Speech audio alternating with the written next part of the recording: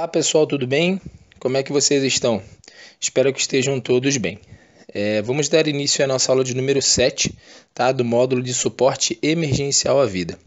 O tema da aula de hoje vão ser 3 situações aí bem comuns na vida de um brigadista, de um socorrista, de algum enfermeiro ou de qualquer pessoa relacionada à área de saúde aí, ou à área de combate a algum tipo de risco e situações de emergência, tá? Que são as vertigens, os desmaios e as crises convulsivas, tá? A gente vai entender o que é cada uma delas, quais são os sintomas, as causas e também quais são os procedimentos em casos de primeiros socorros, né? Em casos que for necessário realizar algum tipo de atendimento, tá? Espero que vocês consigam entender o conteúdo da aula e que eu consiga passar da forma mais clara possível aí, tá bom? Então é isso, boa aula a todos! Pessoal, a gente vai começar então pelas vertigens, tá? Então, o que seria uma vertigem? A vertigem é caracterizada por uma sensação errada ou distorcida de movimento do próprio paciente ou do ambiente ao seu redor. A palavra vertigem engloba desde a falsa sensação de rotação, denominada vertigem rotatória, como também quaisquer outras sensações errôneas de movimento, como balanço, inclinação, oscilação ou deslizamento, tá?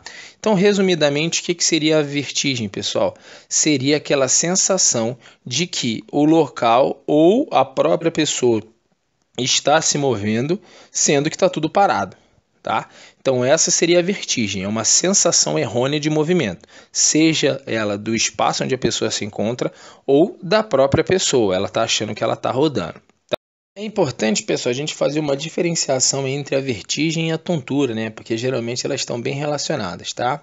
A tontura é uma sensação de desequilíbrio corporal, uma instabilidade que pode ser do tipo rotatória ou não.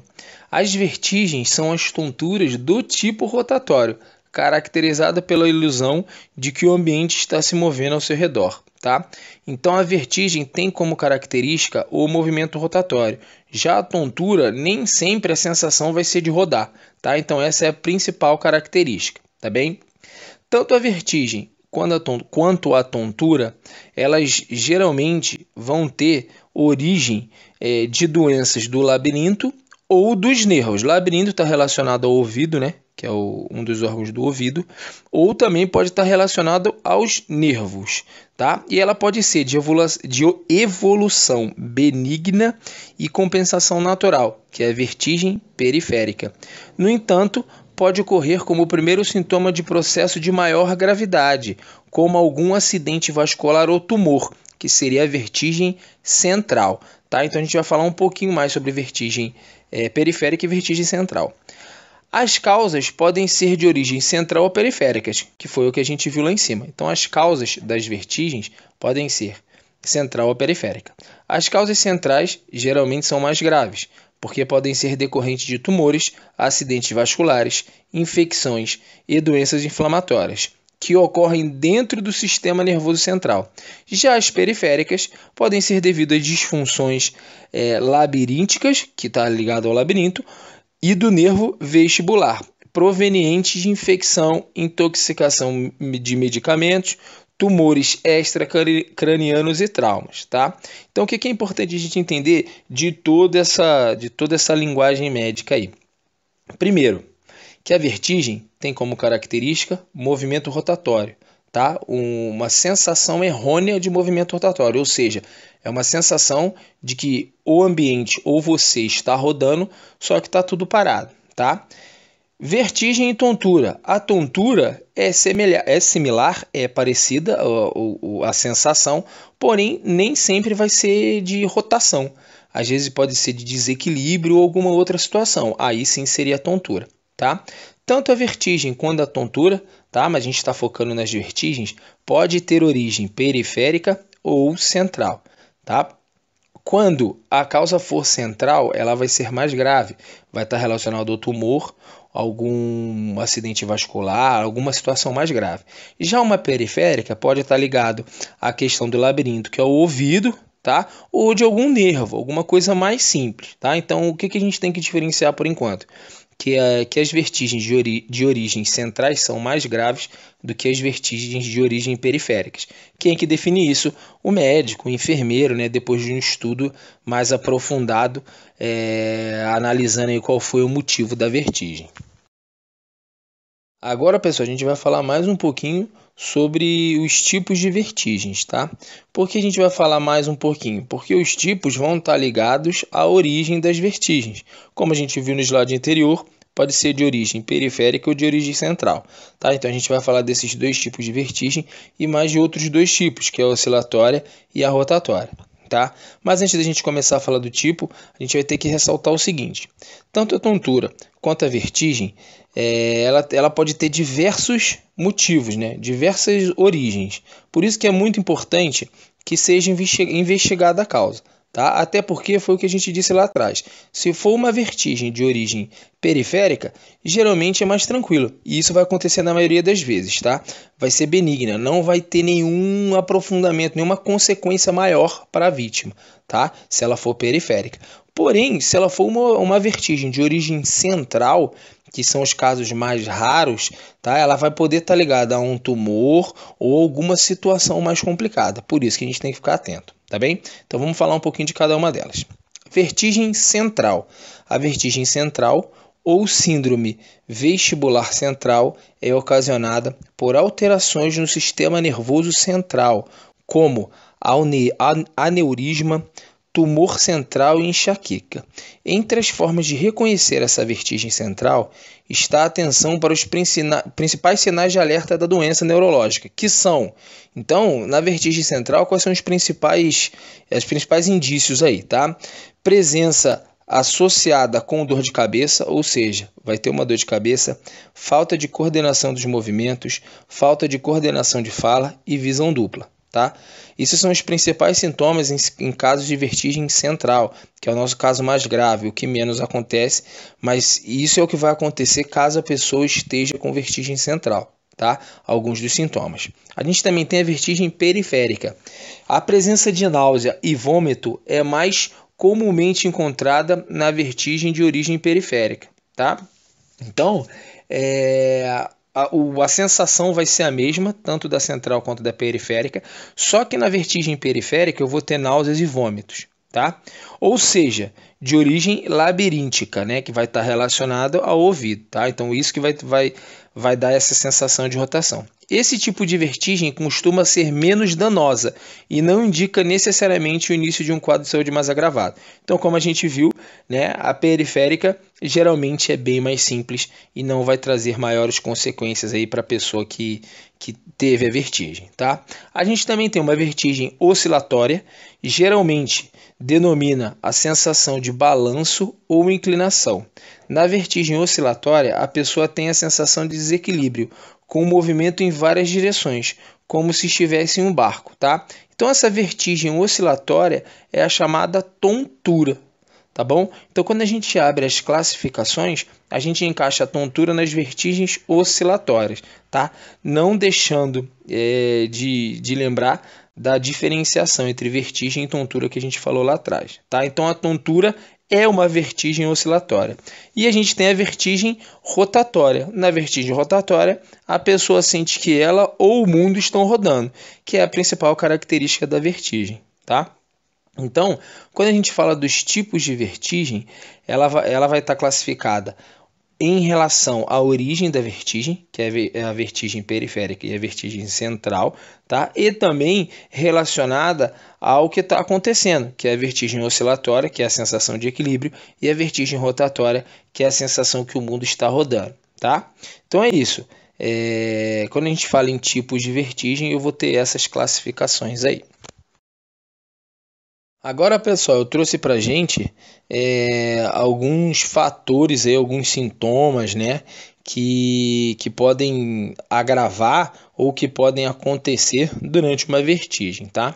As vertigens podem ser desencadeadas por uma série de fatores, ou seja, elas podem ser geradas, né? Pode ter como início alguns desses fatores aí: isquemia vascular, enxaqueca, esclerose múltipla, tumores na região do ângulo ponto cerebral, alterações metabólicas, doenças de Meniere, eu acho o nome, labirintite aguda, entre outras, tá? Então, a vertigem pode ter como origem todos esses tipos de alteração no corpo, né? Todos esses tipos de doença, tá? Então, ela pode ser originada disso. Outros fatores que podem agravar o quadro de vertigem seriam quais? Fatores relacionados ao envelhecimento, ou seja, a idade, predisposição genética, então a questão genética, né, de hereditariedade, sedentarismo, falta de prática de esporte, ansiedade e hábitos nutricionais inadequados, tá? Então aqui em cima os primeiros tópicos estão relacionados a algumas doenças, tá? Que podem originar vertigens. Já a parte de baixo são alguns quadros que podem agravar, ou seja, alguns cuidados que a gente tem que ter para que essa vertigem não ataque o nosso corpo, né? Para que a gente não tenha essa sensação. Ela não é uma situação que vai acontecer de uma hora para outra, tá? Mas esses tópicos que a gente acabou de ler, os últimos, são quadros que podem agravar, né, um quadro de vertigem, que pode ter como predisposição, tá? Se eu não praticar esporte, se eu for muito ansioso, e essas situações juntas com alguma doença ou com alguma predisposição, pode ser que cause vertigem na pessoa, tá?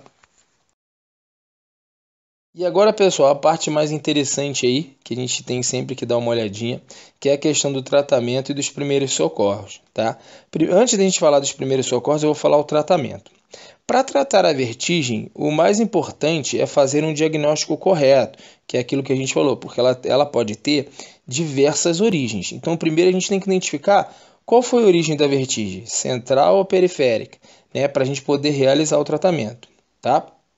O tratamento vai ser através de medicamentos, lógico, tá? E aí, dependendo do que vai ter um medicamento específico para fazer essa tratativa.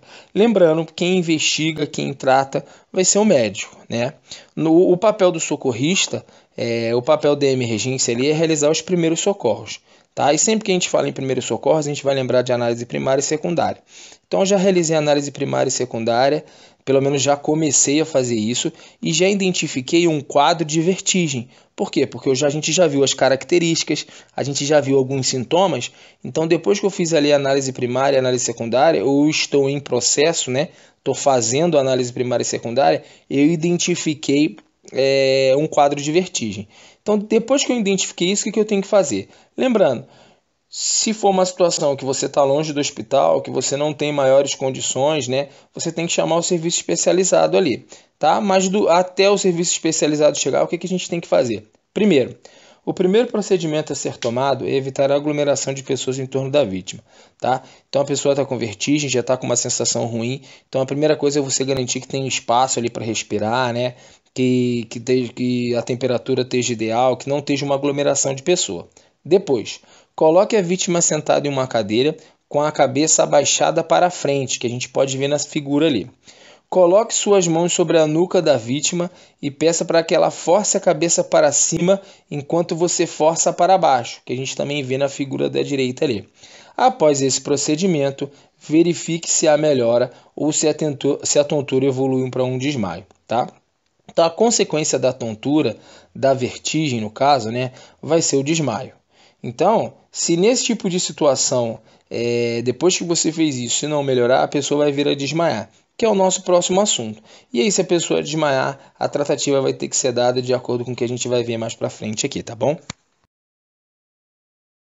Bom, pessoal, agora vamos falar um pouquinho sobre os desmaios, né? O que seriam os desmaios? Eu trouxe pra gente duas definições, que são bem parecidas, mas tem algumas características ali para a gente ressaltar. Definição 1. O desmaio, também conhecido como síncope, consiste na perda transitória e súbita da consciência e da força muscular, fazendo com que a vítima caia no chão, tá? Então, é uma perda súbita da consciência e dos movimentos musculares, tá? Então é o conhecido desmaio, que a pessoa vai cair no chão, vai apagar e vai cair no chão, tá? Pode ser causado por vários fatores, como subnutrição, cansaço, excesso de sol, estresse, tá? E ser precipitado por nervosismo, angústia e emoções fortes, além de ser um sinal comum a muitas outras doenças. Então, assim, os desmaios também podem acontecer em diversas situações. Por isso que é muito importante depois isso ser investigado por um médico para entender o que aconteceu. Tá? E a definição número 2. A síncope, popularmente chamada de desmaio, consiste numa perda temporária da consciência. E geralmente as síncopes acontecem de forma instantânea e o indivíduo não demora para voltar à consciência. Os desmaios, na maioria das vezes, não oferecem risco à saúde, mas é indispensável que o motivo que o causou seja investigado, pois ele sim pode oferecer riscos. Tá? Então, de novo, uma definição bem semelhante, mas essa aqui deixa claro para a gente que apesar de ser uma situação que às vezes é normal, que não vai causar nenhum dano maior para a vítima, tem que ser investigado. Tá? Porque o desmaio é aquela situação que a pessoa desmaiou e algum tempo depois volta, acorda e, entre aspas, né, tá tudo bem, tá tudo correto. Mas esse desmaio tem que ser investigado. Tá? Um pouquinho mais para baixo ali no slide, eu coloquei para gente o que acontece no corpo próximo a um desmaio, né? Quando a pessoa vai desmaiar, o que está acontecendo ali dentro do corpo, tá? A pressão sanguínea cai e com isso o fluxo de sangue não consegue subir ao cérebro. Sem irrigação sanguínea e oxigênio em níveis adequados ao funcionamento do cérebro, há uma redução da consciência e a pessoa entra em um estado de relaxamento completo, ocasionando a perda dos sentidos e a queda. Ao cair, a posição deitada auxilia a passagem do sangue até o cérebro, que retoma aos poucos suas funções normais, né? Então, devido a alguma situação, a pressão caiu, né? Que são situações que a gente viu ali em cima, alguma situação emocional, algum estresse, muito calor, por exemplo, dependendo da situação, né? Então, teve uma queda de pressão. Nessa queda de pressão, o fluxo de sangue diminui, a quantidade de oxigênio que vai para o cérebro também diminui, o que faz a pessoa desmaiar, né? Perder a questão muscular, ela desmaia. E aí, em situação deitada, devido ao desmaio, vai facilitar que o sangue chegue ao cérebro novamente, né? E aí a situação vai se normalizando. Então isso aí é como se fosse uma válvula de segurança do corpo, né? Então a pessoa desmaia para ela cair, para facilitar a movimentação do sangue novamente. E uma informação importante ali, ó. Os desmaios correspondem a aproximadamente 3% de todas as consultas em pronto atendimento, sendo então uma condição pouco comum, mas muito falada. O termo médico usado pelos profissionais é síncope, como a gente viu ali em cima, tá? Então, olha só, o que isso quer dizer? Que o desmaio é uma situação muito comum, porém, só 3%, ela só representa 3% dos atendimentos em pronto-socorro. Ou seja, muita gente desmaia e não procura investigar e entender o que aconteceu. Tá? Assim como lá nas vertigens, algumas situações não vai ser nada, vai ser uma consequência bem leve.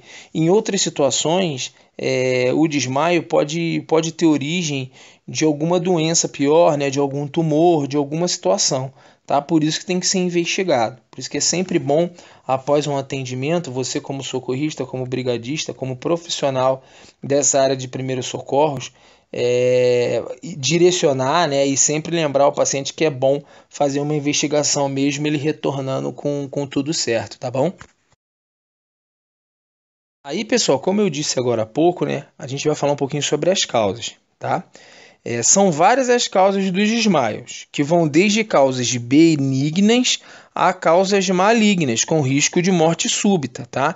Então, por isso que é importante investigar. Às vezes o corpo te deu um sinal, desmaiou, você não foi, você, na verdade não você, né? Mas você presenciou ali um desmaio, a pessoa voltou, né? E tem que ser dado direcionamento médico nisso, tem que ser feita uma investigação, tá? As causas benignas, ou seja, as mais tranquilas, podem ser consequentes a reflexos do nosso organismo, com uma pressão baixa que a gente viu, tá? Que vai ocasionar ali a perda do oxigênio, a circulação sanguínea, e também tem causas malignas, que pode ser uma arritmia fatal, ou seja, pode estar ligada ao coração ali, dependendo do que aconteça, tá? Dentre as diversas causas de desmaio, a gente pode destacar algumas, tá? Que foram essas que eu coloquei ali. Tá?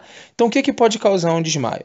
Situações originadas por problemas cardíacos, como arritmia, infarto, alterações das válvulas cardíacas e outros problemas cardíacos congênitos. tá? Também pode ser causada pelo uso de medicamentos, dentre esses mais comuns medicamentos para pressão, porque vai cair naquela situação que a gente viu lá atrás. Também pode ser por distúrbio do metabolismo, como baixa produção de açúcar, causas psíquicas, que são episódios graves de ansiedade, depressão ou pânico, ou causas que não são esclarecidas, né? Que é uma situação bem comum também, que é um desmaio sem causa conhecida, tá? Que aí é aquele que depende de uma investigação mais detalhada, tá? Mas realmente acontece um desmaio sem nenhum motivo aparente, tá? Mas é uma situação perigosa, uma situação no mínimo curiosa que tem que ser investigada. A maioria dos motivos mais comuns que causam desmaios são as situações ocasionais, ou seja, fatores externos que influenciam o organismo, tá? Então, na maioria das vezes que a pessoa desmaia, vai ser devido a uma influência externa, tá? Então, essa situação da pessoa desmaiar devido a uma arritmia cardíaca, por exemplo, alguma doença, ele é mais difícil de acontecer. Geralmente, o desmaio ele vai estar relacionado com uma situação externa, né? Ou de ansiedade, ou emocional, ou pânico, né? Então, vai ter essa relação externa. Isso na maioria das vezes. Não quer dizer que de outras formas ele não aconteça. Agora, pessoal, novamente a gente vai ver o quê? O tratamento e os primeiros socorros. E eu vou começar novamente com o tratamento, tá? Uma síncope, ou seja, o desmaio, por ter diversas causas, assim como nas vertigens, né? É necessário que tenha um diagnóstico médico, ou seja, o médico vai investigar e vai falar o que é, tá? E por isso que é somente o especialista que vai falar o que é. Não é papel do socorrista, não é papel do brigadista. Por quê? Porque dependendo do que for, a tratativa também vai ser através de medicamentos. E quem consegue medicar é só o médico, tá? Mas em situação de emergência, né? Em situação que um socorrista, que um brigadista presenciou uma situação de desmaio, o que a gente vai ter que fazer? Tá? Então, aquela situação de análise primária e secundária sempre tem que ser mantida. Então, durante as análises, a gente percebeu que é uma situação de desmaio, né? Que é mais fácil de identificar. Então, a pessoa estava ali do nada, apagou, caiu. Tá? Então, a gente percebeu a situação de desmaio. O que a gente tem que fazer? O primeiro procedimento a ser tomado, de novo, é evitar aglomeração de pessoas. Então, a mesma coisa. Evita aglomeração de pessoas dependendo de onde você estiver. Afrouxar as roupas da vítima, como gravata, colarinho, cinto, etc. Então, tudo que estiver pressionando a circulação. Por quê? Porque o desmaio está ligado com a circulação. Por isso que a gente tem que afrouxar as roupas. Tá? Mantenha a vítima deitada de costas com a cabeça mais baixa que o nível do corpo, que é aquela foto que a gente viu ali. Para quê? Para facilitar o fluxo de sangue para o cérebro, né? Porque o desmaio já é uma chave que o corpo, já é uma atitude que o corpo toma para facilitar essa circulação. Então cabe a gente melhorar ainda. Por isso que tem aquela figura com ele com o pé com a perna mais alta, né? Como se fosse uma rampa ali para facilitar essa circulação. Conserve as pernas elevadas a um nível acima do tórax, justamente para isso que eu falei. Passe um pano úmido com água fria na testa e no rosto da vítima. Procure arejar um ambiente onde a vítima está, ou seja, não a deixe um ambiente sem ventilação. Então você vai ter que facilitar ali. Então sempre que a pessoa está desmaiada, você vai facilitar a circulação do sangue, vai tentar regular a temperatura, né, com um pano de água fria e também liberar as vias aéreas, né, garantir ali que as vias estejam liberadas. Durante a análise primária isso já é feito, mas garantir a circulação, né, para facilitar de ar, né, para facilitar a volta da pessoa, o retorno da pessoa o mais rápido possível, tá bom? Por último, pessoal, a gente vai falar das crises convulsivas, tá? Acho que das três que a gente falou, inclusive essa, né? Essa é a mais impactante, né? Para quem já presenciou uma crise convulsiva, sabe que essa é a mais impactante, tá? Então a gente vai ver o que é. A crise convulsiva, ou simplesmente convulsão, é a perda súbita da consciência, acompanhada de contrações bruscas e involuntárias, tá? Então, por isso que ela é mais impactante, porque a pessoa vai perder a consciência e ela vai começar a se tremer, né? Ela vai ter essas contrações bruscas, ou seja, fortes, né? Grandes, de movimentação de pé, mão, braços, pernas, e de forma involuntária, tá? A pessoa apresenta expressões faciais agressivas, com os olhos revirados para cima e salivação abundante. Então, vai estar com aquela cara fechada, salivando muito e o olho virando. Então, por isso que ele é muito impactante, tá? Há uma queda abrupta da vítima e contorção ou contração de uma parte do corpo ou do corpo inteiro. Em alguns casos, há vômito e a vítima pode evacuar e urinar. Então, é uma situação de estresse muito grande para o corpo, tá? É uma situação bem feia e por isso que a gente tem que ter um cuidado maior, tá bem? Uma convulsão ocorre quando há uma atividade elétrica anormal do cérebro. Então, diferente das outras, da vertigem e dos desmaios, né, a crise convulsiva vai estar relacionada à atividade cerebral, à parte elétrica da atividade cerebral. Tá? Então, quando ocorre essa anormalidade na atividade elétrica cerebral, o corpo ele pode entrar em crise convulsiva. Tá? A convulsão, pessoal, ela pode aparecer assim como uma situação inesperada, uma situação aleatória, tá? Ou ela pode ser caracterizada pela epilepsia, né? Porque a convulsão é uma consequência da epilepsia. Então, em situações que a pessoa tem várias convulsões em períodos indeterminados, mas tem por várias vezes, ela pode caracterizar uma epilepsia, tá? Que é uma doença também. Mas ela também pode aparecer como evento aleatório. A pessoa entrou numa crise convulsiva hoje, mas ela não tem nenhuma, ela não é epilética, ela não tem epilepsia, por exemplo, tá? Ela não tem nenhuma doença, mas ele entrou em crise convulsiva. Por quê? Porque essa alteração elétrica do cérebro, ela pode passar despercebida. Às vezes vai ter uma alteração e a pessoa não vai ter uma crise convulsiva, mas em algumas situações ela vai ter uma crise convulsiva, tá?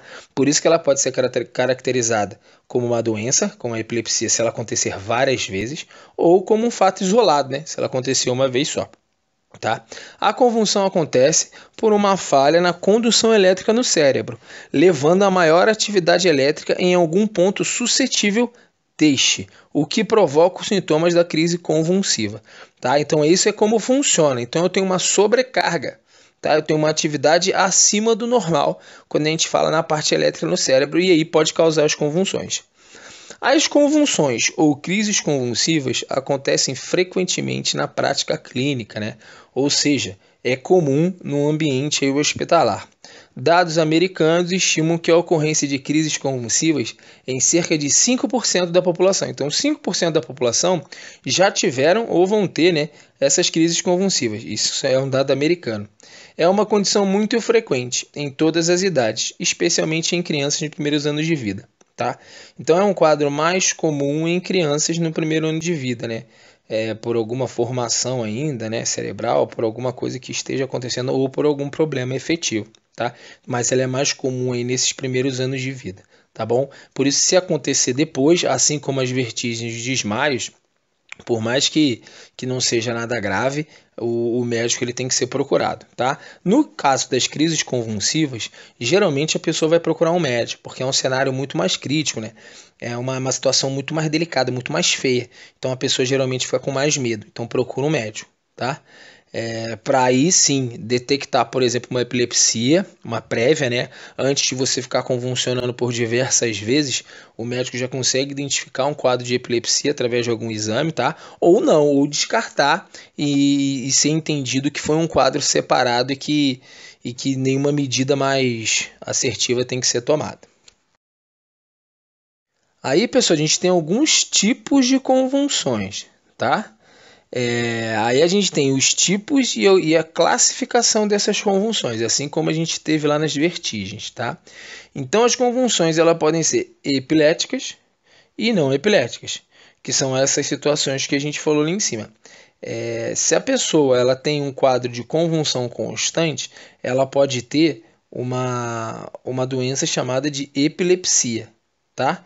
E aí essa convulsão vai ser oriunda, né, vai ter origem dessa doença, que é a epilepsia. Então seriam as convulsões epiléticas. E também tem as não epiléticas, tá? Que não vão ter como origem a epilepsia. Vai ser outra condição que vai gerar essa convulsão, tá? Que são aquelas convulsões mais isoladas, por um fator específico do momento, tá? E aí ocasionou essa convulsão. Então, as convulsões que forem originadas pela epilepsia são convulsões epiléticas. Já aquelas convulsões que têm outro motivo são convulsões não epiléticas, tá? Isso seriam os tipos. Mas dentro desses tipos, a gente pode classificar essas convulsões em crises generalizadas, em convulsões focais e convulsão dormindo, né? Seriam alguns tipos aí, algumas classificações dentro desses tipos. O que seriam as crises generalizadas? Acontece quando os dois lados do cérebro são afetados pelo ataque. Então, depois de uma convulsão, se os dois lados do cérebro foi afetado pela convulsão, a gente chama de crise generalizada, que é um quadro mais grave. Crise convulsiva generalizada.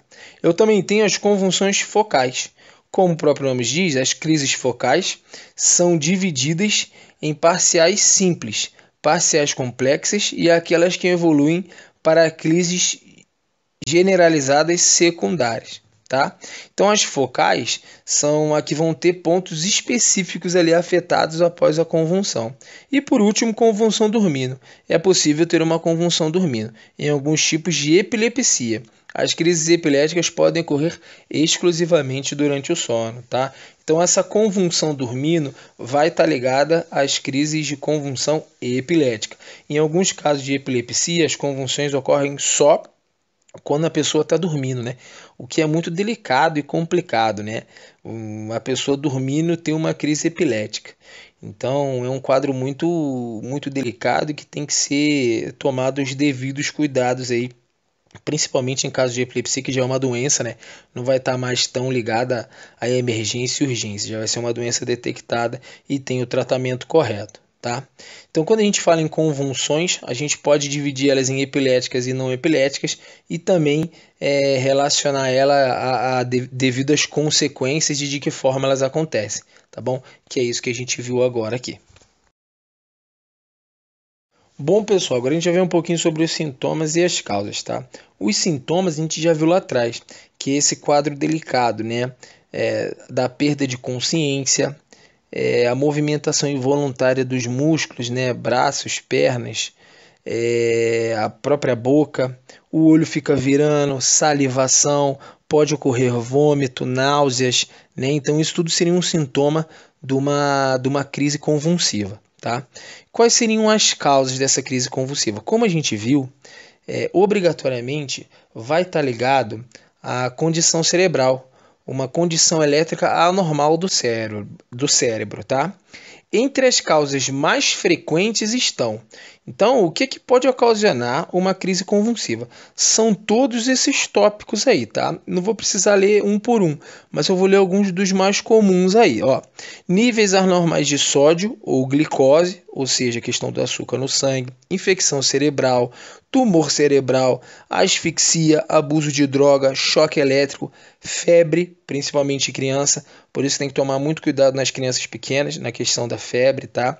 Febre alta, AVC, envenenamento, então diversas situações que podem causar crises convulsivas, tá? Lembrando, algumas dessas situações vão causar ali a crise convulsiva e depois as consequências não vão ser maiores, tá? Mas em algumas situações isso tem que ser investigado, tem que ser entendido por que aconteceu essa situação, tá? E no caso da epilepsia, que as convulsões vão ser mais constantes, né?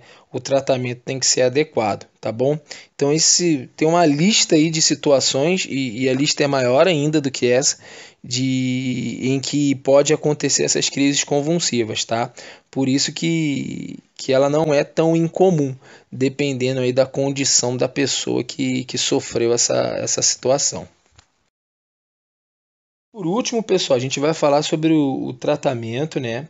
E os primeiros socorros, como a gente falou em todas aí, tá? E aí eu dividi durante a convulsão e após uma convulsão, tá? Então, são alguns cuidados que a gente tem que tomar. Primeiro, durante a convulsão. Então, quando a pessoa está convulsionando, está durante a crise ali. Proteja a pessoa de uma lesão, ou seja, como ela está se debatendo toda, a gente vai ter que tentar travar ali os membros, tá?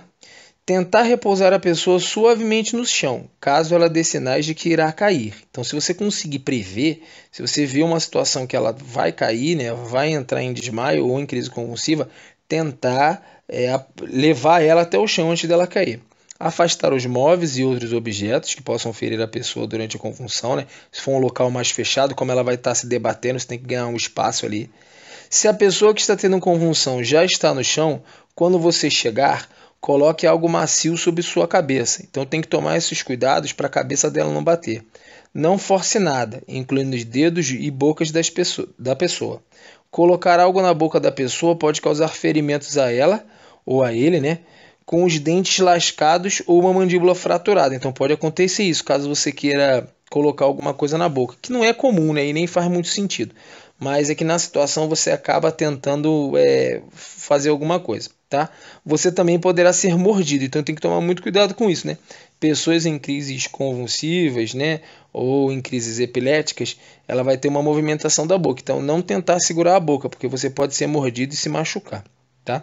Vire a pessoa para o seu lado com a boca para baixo. Isso é em caso de vômito, né? Para a pessoa não engasgar. Então sempre a pessoa vai ter que ficar botar a cabeça de lado com a boca para lateral, né? Para caso aconteça alguma coisa, normalmente o excesso ali de líquido seja expelido. Não tente soltar ou chacoalhar a pessoa, tá? Então não é para não tem que tentar nada, tem que deixar a crise passar. E por último, se a pessoa vomitar, vire a pessoa para o lado, né? Que além da cabeça, coloca a pessoa de lado ali para garantir isso. Tá? Isso é durante uma convulsão. E após a convulsão, o que você vai ter que avaliar ali? Tá? Lembrando, a análise primária e secundária está sendo feita dentro desses procedimentos todos aí. Então, aquele procedimento inicial é sempre o mesmo. Já chamei o resgate, já chamei o serviço especializado e estou dando uma tratativa para aquela emergência. Tá? Durante a convulsão a gente já viu, agora após a convulsão. Verifique se teve algum tipo de lesão na pessoa, tá? Se a pessoa está respirando certinho ou se tem dificuldade para respirar. Aí tem uma situação, use o dedo para limpar suavemente a boca de qualquer vômito ou saliva, caso ela tenha engasgado, né? Porque ela estava desacordada. Afrouxe as roupas apertadas em volta do pescoço e cintura. Forneça uma área segura onde ela possa descansar. Não dê nada para comer ou beber até que a pessoa esteja totalmente acordada. Tá? Fique com a pessoa até que esteja acordada e familiarizada com o ambiente. Tá? Então, assim, depois que a convulsão acontece, a gente vai ter que garantir ali que a pessoa não teve nenhuma lesão. Tem que garantir que ela vai voltar para o estado normal dela até o serviço médico chegar ou até você conseguir encaminhar ela para um serviço médico, né? Para ser estudado o que aconteceu, tá? Então, como eu disse, as crises convulsivas são bem mais complicadas, né? Para esse tipo de tratativa, porque a pessoa ela vai se debater, ela vai ficar mordendo, né? Então tem essa questão de você poder se machucar ainda na hora de tratar. A pessoa pode vomitar, pode engasgar. Então é uma situação mais complicada, tá? Mas que se a gente tomar os devidos cuidados, tudo sai dentro dos conformes, né? E tende a pessoa não ter consequências mais graves se for uma situação isolada, né? Se for uma crise epilética, provavelmente a pessoa vai ser tratada ou já está sendo tratada, tá bom? Beleza, pessoal, no próximo vídeo a gente vai falar uma conclusão e vai tentar juntar essas três situações aí. Pessoal, como conclusão, o que a gente pode tirar aí? Novamente, são três situações menos graves do que aquelas primeiras situações que a gente viu, tá? Porém, são situações mais comuns, né?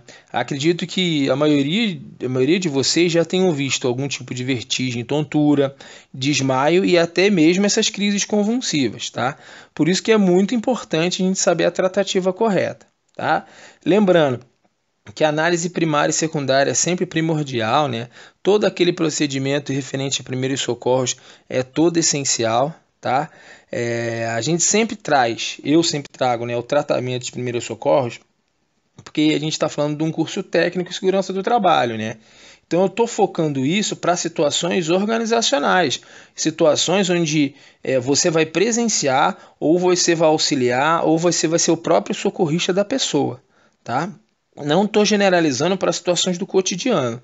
Por isso que às vezes parece que a gente está falando de um brigadista, de um socorrista, porque a intenção é exatamente essa: é a gente entender qual é o procedimento em situações fora da normalidade. Por isso que o nome da matéria é suporte emergencial à vida.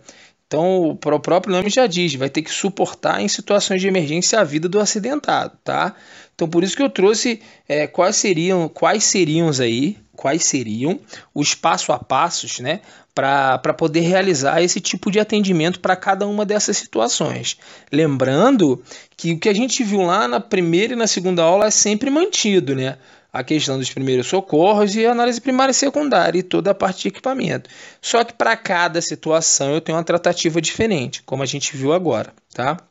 Dessas três, a crise convulsiva, sem dúvida, é a mais feia de se ver, é a que vai deixar a gente mais nervoso ali, mais preocupado com a vítima, tá? As vertigens e os desmaios, geralmente, elas são, apesar delas poderem ter consequências mais graves, geralmente a pessoa volta a si muito rápido, né? É bem mais rápido. Já a crise convulsiva é uma situação mais tensa, mais feia de se ver, tá bom? Mas, como a gente pode perceber, desculpa, também vão ter crises convulsivas que não vão afetar futuramente a vítima, tá? Mas outras que podem ter origens mais preocupantes. Por isso que, independente do que aconteceu, a orientação é que seja procurado um médico de imediato para ver se está tudo certo e, posteriormente, procurar um médico novamente para fazer uma investigação mais detalhada sobre cada um dos fatores aí que motivou o ocorrido, tá bom? Então era isso, pessoal. Espero que vocês tenham conseguido entender e que vocês tenham assimilado bem o conteúdo, tá bom? Eu fico aberto aí para qualquer dúvida, para qualquer sugestão. Vocês têm meu e-mail e meu WhatsApp, tá? Não esqueçam de fazer atividade. Com essa já são 7 atividades que têm que ser entregues, tá bem? Muito obrigado aí e bom resto de semana a todos.